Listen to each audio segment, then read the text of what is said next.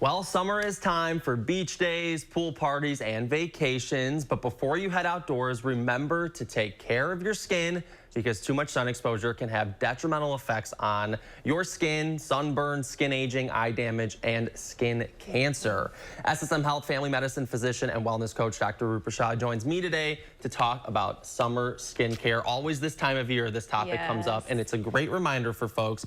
So what should people look for when they are choosing a sunscreen to kind of get ready for the summer? Yeah, so choosing a sunscreen that at least has an SPF of 30. That's sort of our bare minimum. Once you get above that, you're getting incremental kind of benefits. So if you go to SPF 50 or 70, you're getting like 98%, 99%. But 30 is what you should aim for.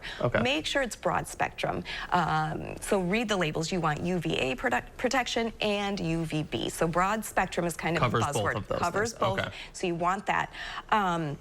And then, you know, just making sure you reapply it often, right? Every 2 hours is sort of a rule of thumb, especially if you've gotten in the water. And then I always tell folks, just pick a formula that you like. I mean, are you a cream person, a spray person, a stick person? Whatever is the most convenient for you is the one you should go with because you're more likely to use it. I've always wondered this personally. Is there a difference between the creams and the sprays or just kind of a preference? It's just a preference. They're all very effective. And you just got to make sure, of course, that you apply it enough of it. But yeah, there's no difference. That's good to know. Now, do you have any other tips for being safe in the sun? I mean, I love to be out, you know, sitting by a pool in the sun, but got to remember to be safe as well. Exactly. So if you're really sensitive to sunburn in the sun, make sure you avoid the peak sun hours between like 10 and 4. Try and find shade during that time, especially if you have little kids, make sure that they're in the shade during that time.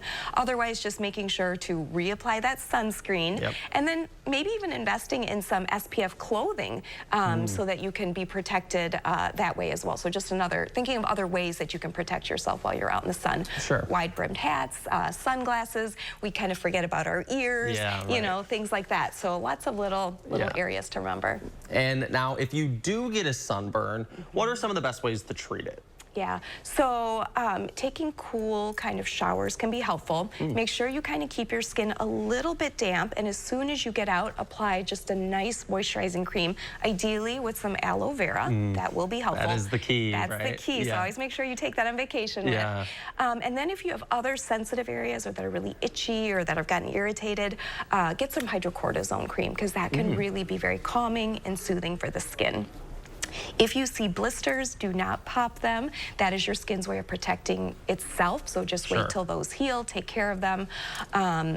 But yeah, those are kind of the basics of sunburn management. Can you mix and match the aloe with the other topical creams as well? You certainly can, So you can do some aloe vera and put some hydrocortisone in other areas as well.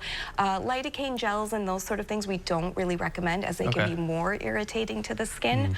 And then also just making sure you're staying hydrated because remember, the sunburn is actually bringing water to the surface of your skin and you're evaporating all that water. So staying hydrated internally is really just as important. I did not know that. You learn something new every day, folks. All right, thank you, Dr. Shah. Where else can people find you? They can find me on Instagram at Wellness with Dr. Shah. All right, thank you as always. Thank you.